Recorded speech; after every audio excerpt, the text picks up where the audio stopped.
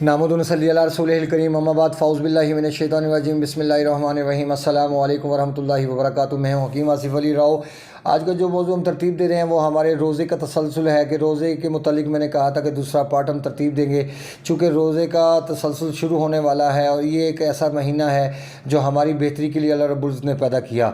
ہمارے جو نئے آنے والے دوست ہیں، چینل کو سبسکرائب کریں، بیل آئیکن کو پریس کریں اور کمنٹ سیکشن میں اپنی رائے سے ضرور آگاہ کریں۔ روزہ ہمارے لیے ایک ڈھال کی صورت میں ہمارے لیے اللہ پاک نے ترتیب دیا، اور ہمارے سے پہلے جتنی امتیں اللہ پاک نے ترتیب دی سب پہ روزے فرض کیے تاکہ وہ لوگ متقی اور پرہیزگار بن جائیں۔ اور اللہ کے نزدیک متقی اور پرہیزگار وہ ہے جو اپنی زبان کو کنٹرول کرتا ہے، اور زبان کو کنٹرول کرنے کے حوالے سے صرف ایک چیز نہیں ہے کہ روزے کو دیکھیں۔ زبان کے کنٹرول کرنے کے حوالے سے ہمارا کھانا پینا ہوتا ہے، ہمارا بولنا چلنا ہوتا ہے، ہماری ساری باتیں اس میں شامل ہیں کہ زبان کا کنٹرول صرف اسی صورت میں نہیں ہوتا کہ ہم کوئی بری بات نہ بولیں۔ زبان کا کنٹرول اس صورت میں بھی ہوتا ہے کہ جو اللہ رب العزت نے ایک قانون ترتیب دیا اپنے آقا صلی اللہ علیہ وسلم کے ذریعے، ہم اس کو فالو کریں۔ زبان کا کنٹرول کرنا اس کو بھی کہتے ہیں۔ آپ روحانیت کے اس درجے کو تب تک نہیں پہنچ سکتے جب تک کہ آپ اپنے زبان کو کنٹرول نہ کریں، کیونکہ اللہ رب العزت فرماتے ہیں میں پورے جہان میں نہیں سما سکتا، ایک مومن کا دل ایسی جگہ ہے جہاں پہ میں سما جاتا ہوں۔ اب مومن کا دل کون سا ہے؟ جہاں پہ اللہ رب العزت کا حکم مانا جاتا ہے، نہ کہ اس کی حکم عدولی کی جاتی ہے۔ اگر آپ روزہ اپنی مرضی کے مطابق رکھیں گے اور آقا صلی اللہ علیہ وسلم کو پیچھے کر دیں گے تو آپ کا روزہ کچھ فائدہ نہیں پہنچانے والا آپ کو، بلکہ یہ روزہ پھٹے پرانے کپڑے کی طرح آپ کے منہ کے اوپر دے مارا جائے گا، جیسے کہ اللہ رب العزت نے حکم فرمایا کہ نمازوں کے بارے میں کہ نمازیں ان کے منہ پہ دے ماری جائیں گی، اور یقیناً دے ماری جائیں گی، کیونکہ اللہ رب العزت کے نزدیک سب سے اہمیت زیادہ آپ کے اخلاص کی ہے، آپ کی نیت کی ہے، آپ کی سوچ کی ہے۔ آپ کی جو سوچ ہوگی اللہ رب العزت اس کے مطابق آپ کے ساتھ فیصلے کریں گے، اور اگر آپ کی سوچ ہی غلط ہوگی تو آپ کے ساتھ آپ کا عمل ہے وہ آپ کا عکارت جائے گا اور آپ کے لیے فائدہ مند ثابت نہیں ہوگا۔ اب روزے کی بنیاد اگر ہم آقا صلی اللہ علیہ وسلم کی زندگی سے سمجھنے کی کوشش کرتے ہیں تو بڑے اچھے سے ہمیں سمجھ میں آتا ہے کہ آقا صلی اللہ علیہ وسلم کی پوری زندگی فاقے میں گزری۔ حالانکہ ان کے پاس 1 لاکھ درہم آیا کرتے تھے تو شام تک 1 درہم باقی نہیں بچتا تھا، کہ جس سے وہ ایک دفعہ ایسا ہوا کہ آپ کے تکیہ مبارک کے نیچے کچھ درہم باقی رہ گئے تو ساری رات آپ کو نیند نہ آئی، اور یقیناً صبح اٹھتے ہی سب سے پہلے آپ نے وہ صدقہ کیے وہ درہم، اور اس کے بعد آپ کی زندگی میں سکون آیا۔ کہنے کا مقصد یہ ہے کہ جو یہ ہماری خوراک ہے یہ ہمیں سکون دینے کی بجائے اگر ہمیں بے چین کرے تو وہ خوراک ہمارے لیے بجائے فائدہ پہنچانے کے وہ ہمیں بیماریاں پہنچانے کا سبب بنے گی۔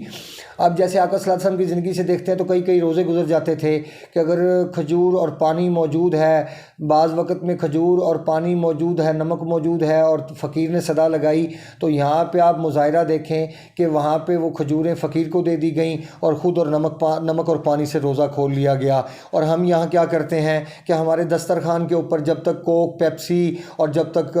ہمارے سموسے موجود نہ ہوں، فروٹ چاٹ نہ ہو، ہمارے سامنے انواع اقسام کے کھانے نہ ہوں تو ہم روزے کو روزہ نہیں سمجھتے۔ آپ کیا سمجھیں کہ آج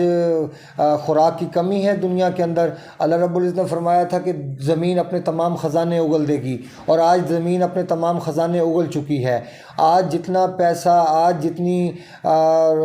بہات ہے ہمارے پاس کھانے کی، اور زمین کے اندر سے خزانہ اگلنے کا مطلب یہ ہے کہ فصل آج سے اگر 50 سال پیچھے چلے جائیں تو زمین سے کتنی فصل لی جاتی تھی، اور آج ہم زمین سے فی ایکڑ ہم کتنی اوسط لے رہے ہیں، یہ آپ اندازہ کر سکتے ہیں بخوبی، کیونکہ ہم قیامت کے بالکل نزدیک پہنچ چکے ہیں اور ہمارے اور قیامت کے درمیان میں بہت کم فاصلہ موجود ہے۔ لہٰذا کوشش کیجئے کہ اللہ کے ساتھ اپنی کوارڈینیشن کو مضبوط کیجئے، اس کے ساتھ تعلقات کو بہتر کیجئے، اور روزے کو اس کی روح کے مطابق گزاریے جو آقا صلی اللہ علیہ وسلم دنیا میں ہمارے لیے دین لے کے آئے، نہ کہ وہ دین کہ جو ہم خود اپنے لیے ترتیب دیں، نہ کہ وہ دین جو آقا صلی اللہ علیہ وسلم دنیا میں لے کے آئے، اور جو دنیا میں لے کے آئے وہ 1400 سال پہلے لے کے آئے، آج بھی وہ دین اسی طرح ہی کام کر رہا ہے، اس کے اندر کوئی چینجنگ نہیں ہے۔ اور اس کے اندر چونکہ چینجنگ اس لیے نہیں آ سکتی کہ آقا صلی اللہ علیہ وسلم کے آنے کے بعد، آخری نبی آنے کے بعد دین دین اسلام کمپلیٹ ہو گیا، کیونکہ ہمارے سے پہلے جو کرسچن تھے وہ مسلمان تھے،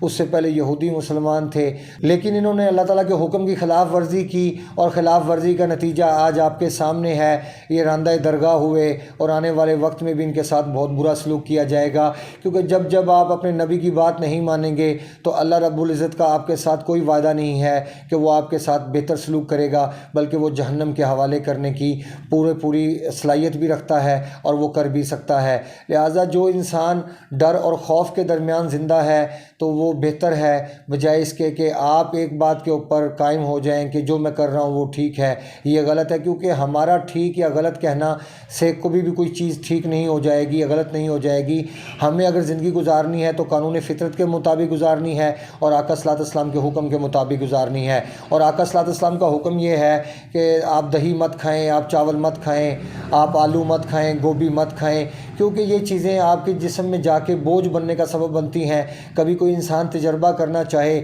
یاد رکھیے گا کہ انسان تجربہ کرنے سے پہلے ہی اگر ڈر جائے تو پھر وہ زندگی میں کبھی بھی کامیاب نہیں ہو سکتا، کیونکہ میں زندگی میں کبھی ڈرا نہیں، میں نے ہمیشہ تجربات کی ہیں، اور اس تجربات سے ہمیشہ میں نے اچھے نتائج اخذ کیے ہیں الحمدللہ۔ اور جب بھی میں نے روزہ آقا صلی اللہ علیہ وسلم کی حکم کے مطابق رکھا ہے تو میرا روزہ بہت اچھا گزرا، اور میرے اللہ کے ساتھ روابط بھی مضبوط رہے۔ لیکن جب میں نے آقا صلی اللہ علیہ وسلم کے حکم کی خلاف ورزی کی، اور میں نے دہی اور چاول اور دودھ وغیرہ، چائے وغیرہ کا استعمال کیا، اور روٹیوں کا استعمال کیا، پراٹھوں کا استعمال کیا، ہماری سوچ انتہائی نیگیٹو ہو چکی ہے، گندے کھانے کھا کے، غلط کھانے کھا کے، خون گندا کر کے یا خون کو گاڑھا کر کے ہماری ایک سوچ بن چکی ہے کہ ہمارا روزہ خوراک سے گزرے گا، اور اگر ہم زیادہ خوراک نہیں کھائیں گے تو اتنا بڑا دن کیسے گزرے گا۔ اور حقیقت میں اس بات کے ساتھ کوئی تعلق نہیں ہے۔ حقیقت میں یہ ہے کہ جتنا آپ لائٹ ویٹ رکھیں گے اپنے آپ کو، سحری کے اندر جتنا ہلکا کھانا کھائیں گے اتنا ہی روزہ آپ کا اچھا گزرے گا، کیونکہ جن لوگوں کو زیادہ کھانے کی عادت ہے یا روزے کی وجہ سے زیادہ کھاتے ہیں، اگر وہ زیادہ کھانا کھا لیں گے تو زیادہ کھانے کے بعد بوجھ پڑ جائے گا، غنودگی طاری ہو جائے گی، بے چینی ہوگی، سینے میں جلن ہوگی، گندی ڈکاریں آئیں گی۔ اب یہ ساری چیزیں آپ کے دل کے اوپر بوجھ کو بڑھانے کا سبب بنیں گی، اور آپ کے جگر کو نقصان میں لے کے جائیں گی، اور آپ کے اندر گندے مواد اور زیادہ متعفن ہو کے رکنا شروع ہو جائیں گے، جو کہ آپ کے جگر اور آپ کے گردوں کے لیے نقصان کا سبب بنیں گے۔ یاد رکھیں، یہاں سے ایچ پیلوری جیسی چیزیں سامنے آتی ہیں، کینسر جیسی چیزیں سامنے آتی ہیں، کیونکہ ہمارا معدہ ایک سینسٹیو آرگن ہے، بڑا نازک آرگن ہے، اس کے اندر ایک حد تک چیزوں کو ہم ڈال سکتے ہیں، اور اگر مسلسل نیگیٹو چیزوں کا استعمال کریں گے، مسلسل خشک چیزوں کا استعمال کریں گے تو خشکی بڑھتے جو آپ کا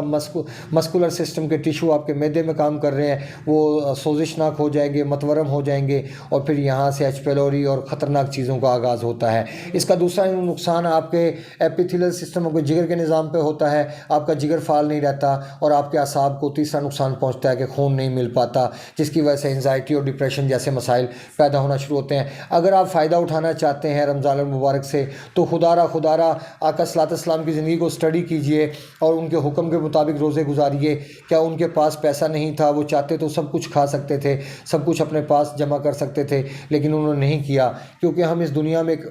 وقت کے لیے آئے ہیں، اور اس وقت کو گزارنے کے بعد ہم نے واپس جانا ہے، اور کمفرٹیبل لائف گزارنے کے لیے ضروری ہے کہ آپ فاقہ اختیار کیجئے، کیونکہ جب آپ فاقہ اختیار کرتے ہیں تو آپ کے اندر جتنے بھی فاضل بیکٹیریاز ہوتے ہیں وہ سب کا سب معدہ کھا جاتا ہے، اور کھانے کے بعد آپ کے جسم کے اندر سالے خون پیدا ہوتا ہے، بچتا ہے، جو آپ کے لیے طاقت کا سبب بنتا ہے۔ لہٰذا جو روزہ ہے یہ سرین طاقت ہے، اور اللہ رب العزت نے یہ ہمارے فائدے کے لیے پیدا کیا، اس سے فائدہ اٹھائیے، نہ کہ اس سے بیمار ہونے کی طرف مزید جائیے آپ۔ اور بیمار انسان تب ہوتا ہے جب اللہ اس کے رسول کی باتوں کو نہیں مانتا۔ اگر آپ روزہ رکھیں گے صرف کھجور کھانے کے بعد یا خربوزہ کھا کے یا یخنی پی لیں، ان میں سے کوئی بھی چیزوں کا استعمال کریں کہ جو آپ کے جسم میں توانائی اور طاقت کا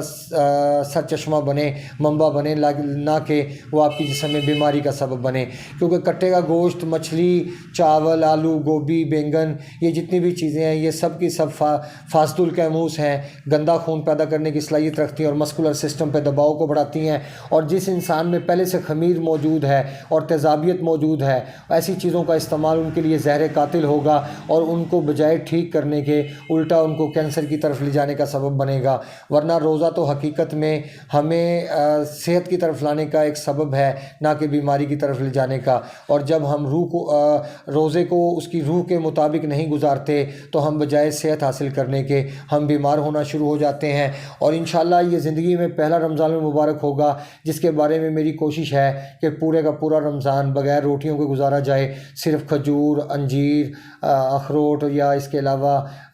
خربوزہ یا بکرے کی یخنی، ان چیزوں پہ وقت گزارا جائے۔ اس کے بعد آم آ جائے گا، آم بھی انشاءاللہ استعمال ہوگا، کیونکہ یہ ساری چیزیں خون کو پتلا رکھنے والی ہیں اور بے انتہا طاقت مہیا کرنے والی ہیں۔ اپنے دوست احباب کا خیال رکھیں، ملتے ہیں انشاءاللہ مزید انفارمیٹیو ویڈیو کے ساتھ۔ وما علینا الا البلاغ المبین۔ السلام علیکم ورحمۃ اللہ وبرکاتہ۔